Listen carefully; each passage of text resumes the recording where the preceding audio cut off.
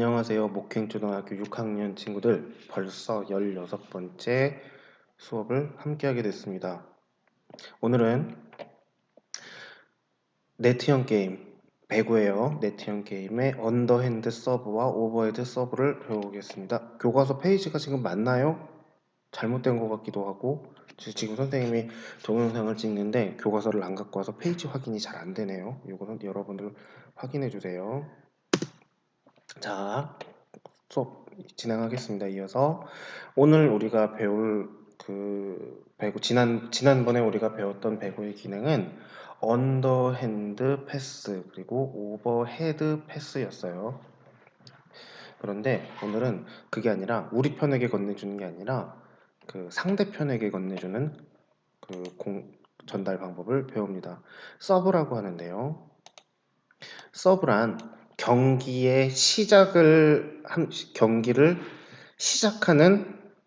그 공 건네기를 서브라고 해요. 상대편에게 우리 편 네트를 넘어서 상대편에게 공을 건네주는 거예요. 이 상대편이 공을 받아야 되니까 받기 좋게 얌전하게 보내주는 게 좋을까요? 아니면은 상대편이 받기 어렵게 강력하고 아니면 수비하기 어렵게 치는 게 좋을까요? 당연히 상대편이 받기 어렵게 치는 게 우리 편의 목적을 달성하기가 좋겠죠. 서브는 경기의 시작을 하면서 상대편에게 공을 건네주는 것을 서브라고 한다. 그러니까 상대편이 받아야 되는 거니까 받기 어렵게, 상대편이 수비하기 어렵게 보내는 것이 유리하다. 그런데 상대편이 받기 어렵게 하려면은 두 가지 정도를 전략을 생각해 볼 수 있는데요. 첫 번째는 강하게 치는 거예요. 강하게 치면 받기 어렵죠. 빠르게 강하게 날아오는 공은 받아내기가 어렵습니다. 두 번째는 수비가 없는 곳으로 또는 상대편에서 수비가 약한 쪽을 공략하는 겁니다. 그러니까 강하고 두 가지를 함께 하면 더 좋겠죠. 정확하게 하면 할수록 좋은 것이 되겠습니다. 서브 방법에는 두 가지가 있는데요. 첫 번째 언더핸드 서브가 있습니다. 팔 밑에서부터 공을 던진다는 이야기예요. 언더핸드. 언더핸드는요, 이렇게 공을 세워놓고 한쪽 팔로 이렇게 그 무릎 높이에서 이렇게 팔을 쳐서 공을 위로 올려보냅니다. 그러니까 몸의 낮은 곳부터 공이 올라가기 때문에 그 약간 좀 공이 이렇게 포물선으로 높게 떨어집니다. 공이 공중에 오래 떠 있어요. 그러니까 상대편 입장에서는 수비하기는 좋습니다. 대신에 초보자가 그 서브를 잘 못하는 초보자가 멀리까지 공을 보내기에 좋고 그리고 정확하게 공을 보내기가 좋습니다. 힘 조절을 하기가 좋아요. 그래서 언더핸드 서브는 초보자들이나 서브의 강점이 없이 실수를 하기 싫어서 정확하게 보내고 싶은 사람들이 많이 사용하는 방법이 되겠습니다. 언더핸드 서브고요. 여러분들도 이 방법을 많이 사용하길 추천합니다. 두 번째는 오버핸드 서브, 오버헤드 서브라고 하기도 하는데 플로터라고 써 있는데 오버헤드 서브라고 하기도 하는데 머리 위로 공을 이렇게 쳐내는 겁니다.